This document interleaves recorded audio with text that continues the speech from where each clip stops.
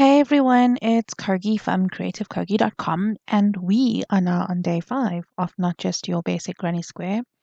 Can you believe 5 days in? I'm so glad to see so many of you keeping up, and your pictures are amazing. I love the colors you've chosen.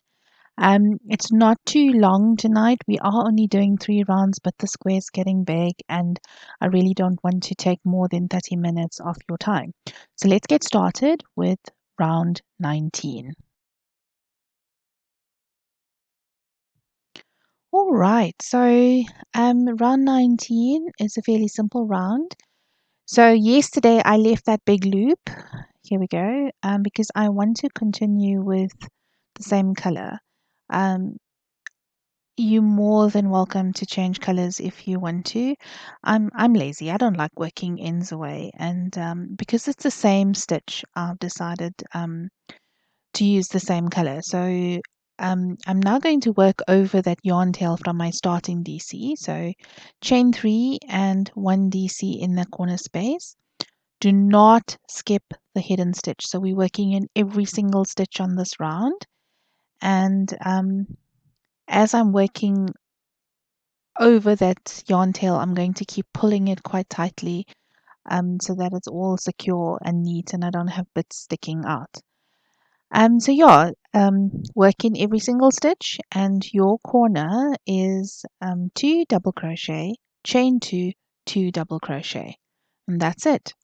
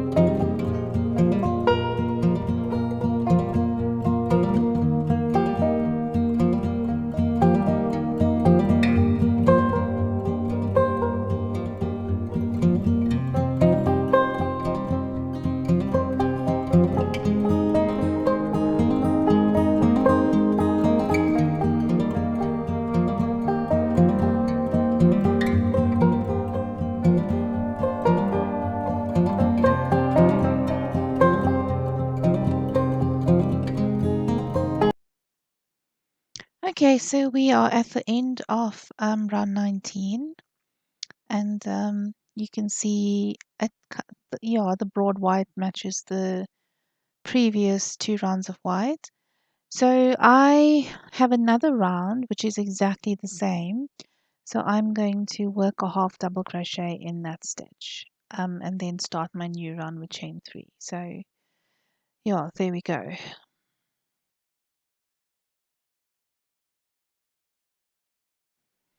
Okay, so I ended with a half double crochet to start in exactly the same spot, and I'm now going to chain 3 to count as my first stitch, and 1 double crochet in this chain 2 corner space. So that's my half my corner. Now I'm not skipping the first hidden stitch. Even though it was a chain 3 from the previous round, it's a little bit difficult to get your hook into. Do not skip it. We are working in every single stitch on this round. Now you're probably wondering why I'm doing another round of this 1 double crochet.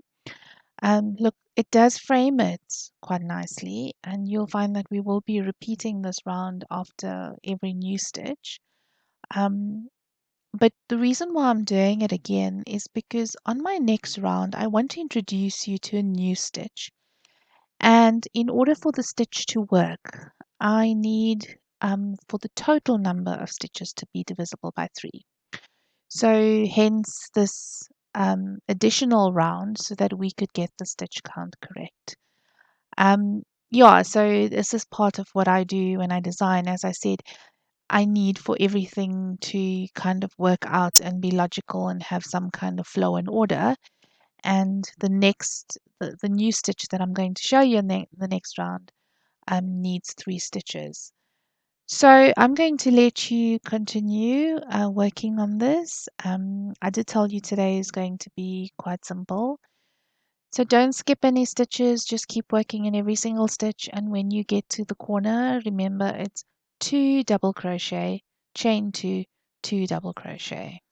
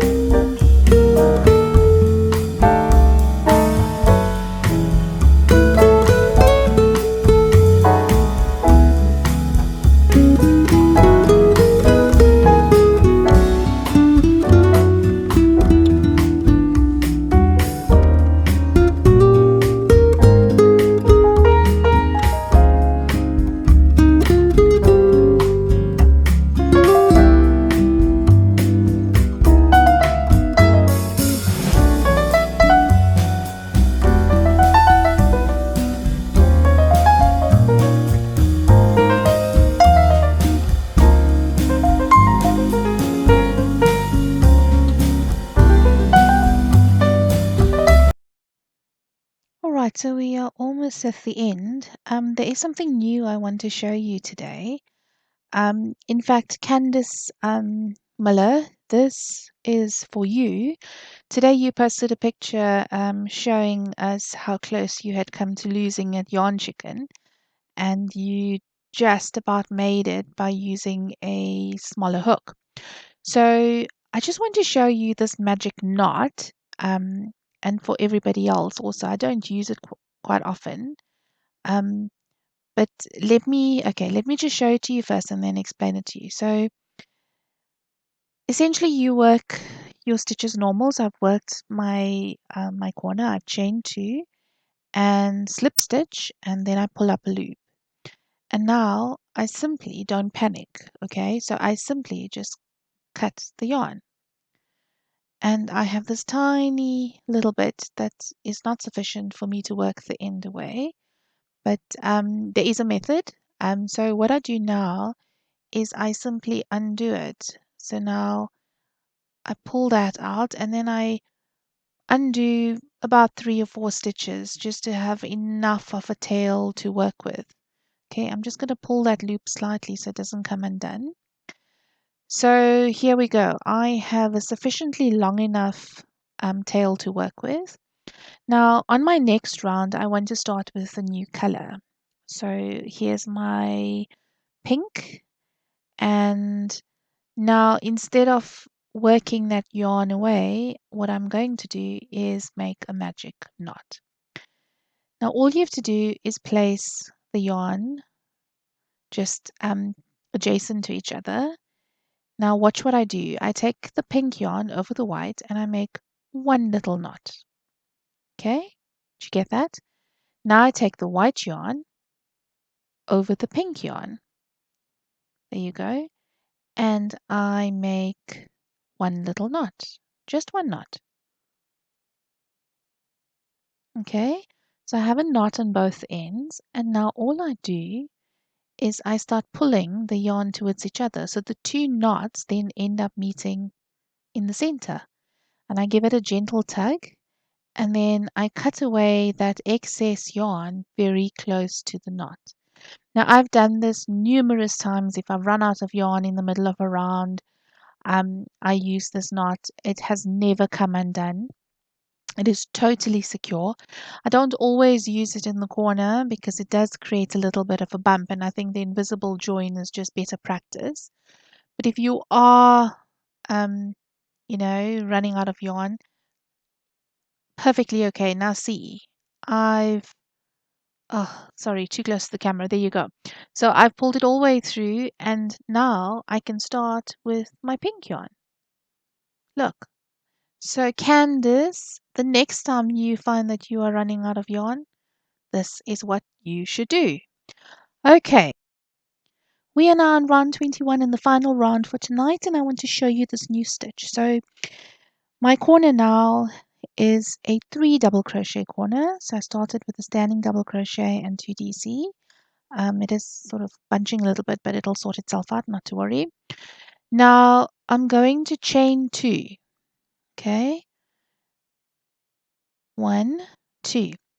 Now this is a stitch you've worked before. It's a DC3 together. So in the first hidden stitch, you work that half, not a half double crochet, but you work basically half of the DC stitch. So yarn over, insert, pull a loop, yarn over, pull through 2, leave 2 on the hook. Okay, so let's watch that slowly. I'll go very slowly for you to see it again. So you can see we are working the stitch over 3 stitches. It's the same stitch that you worked previously, but now it's worked over 3 stitches. So previously you created a little flower by working it all in a single space. Now you just create a new kind of pattern. This is usually to decrease, but we are using it as a pattern. So it's worked over 3 stitches. And that's why I said in the previous round, I needed for this round to be divisible by 3.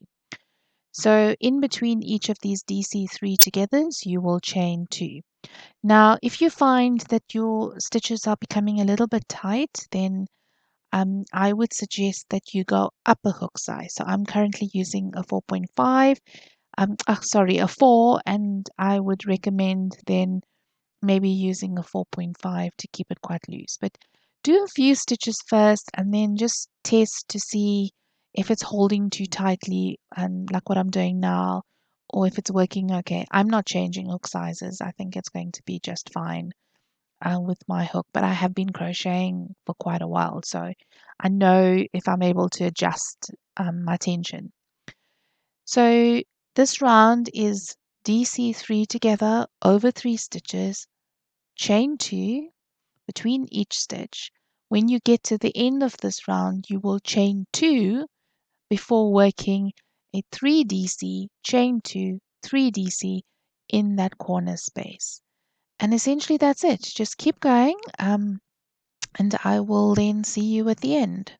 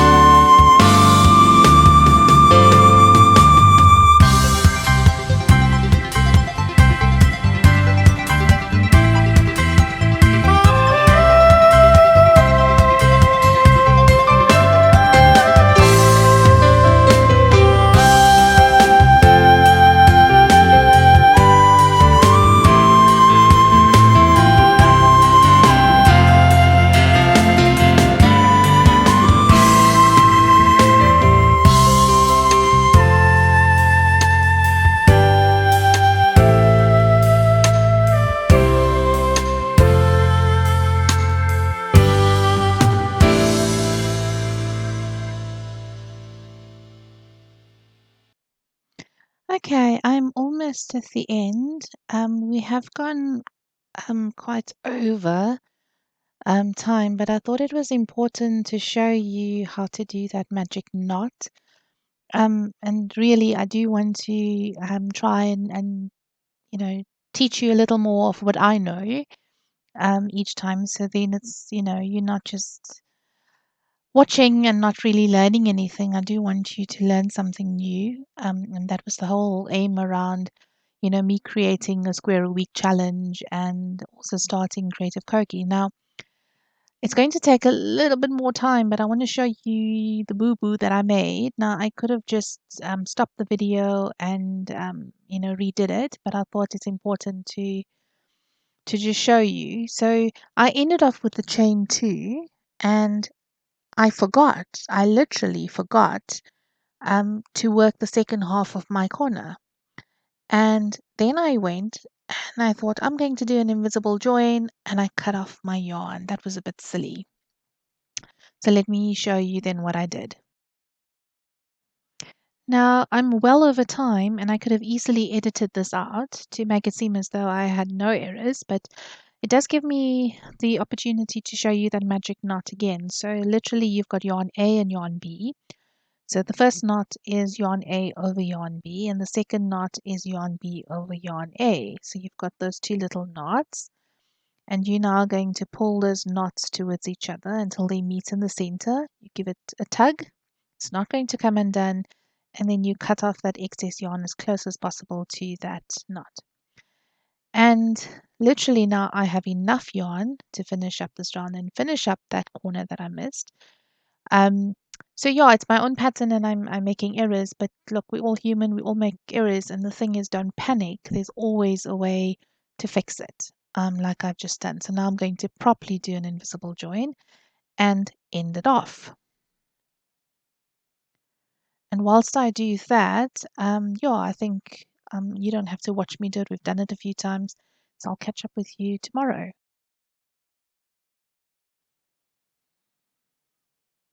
Oh, so I was going to just go, but I thought I must just tell you one more thing. So I see some of you are complaining that your square is starting to look a bit wonky. Um, all I do is I simply lay it out and I just flatten it, and I keep doing that, and my square looks pretty square. So you do that, smooth it out, tease it into shape, and it should work.